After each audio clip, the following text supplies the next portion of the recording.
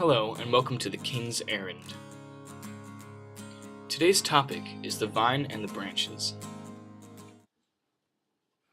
The passage we'll be looking at today comes from John chapter 15, verses 1 through 8. Most people know this as the vine and branches, where Jesus describes himself as the vine and describes us as the branches.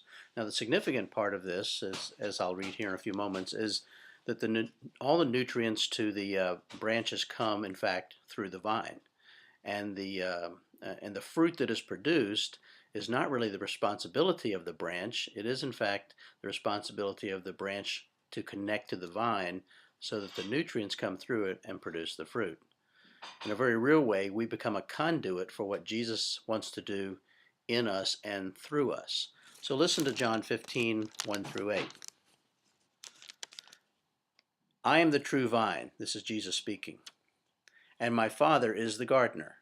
He cuts off every branch in me that does not bear fruit, while every branch that does bear fruit, he prunes.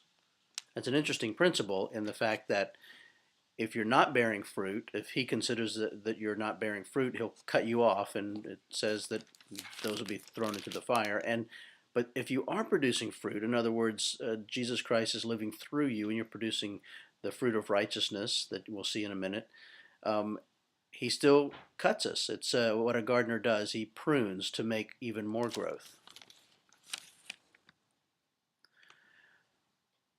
You are already clean because of the word I have spoken to you. Remain in me, and I will remain in you. As no branch can bear fruit by itself. It must remain in the vine. Neither can you bear fruit unless you remain in me. That's the same principle we were just talking about, where the vine's primary purpose is to stay connected, the branch's primary purpose is to stay connected to the vine. And as the branch is connected to the vine, the nutrients, if you think of a vineyard where grapes are growing at the end of this vine, you understand that a branch can't bear fruit by itself, disconnected from the vine. And that's the imagery Jesus is using here. I am the vine, you are the branches. If a man remains in me and I in him, he will bear much fruit. Apart from me, you can do nothing. If anyone does not remain in me, he is like a branch that is thrown away and withers. Such branches are picked up, thrown into the fire, and burned. If you remain in me, and my words remain in you, see that connection? Ask whatever you wish, and it will be given you. This is to my Father's glory, that you bear much fruit, showing yourselves to be my disciples.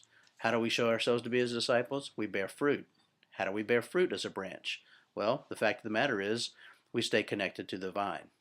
So here we have this great imagery that Jesus uses, something from nature, something that we actually could see ourselves. I don't know if you've ever been to a vineyard, but you could even look at a tree that's out in your yard. And you see the leaves are produced because the branch stays connected to the trunk of the tree. So his imagery here is declaring himself as the source of life.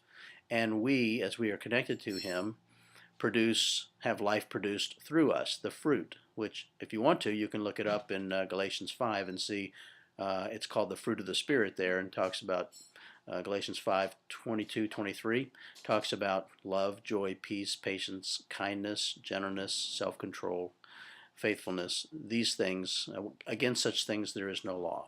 This is the kind of fruit that Jesus produces us. It's character. It's the character of Christ that then has impact on the world. This is a great imagery here, the vine and the branches. Let's go produce some fruit. Thank you for joining us. For more information on the King's Errand, please visit the Judson University website. Have a blessed day.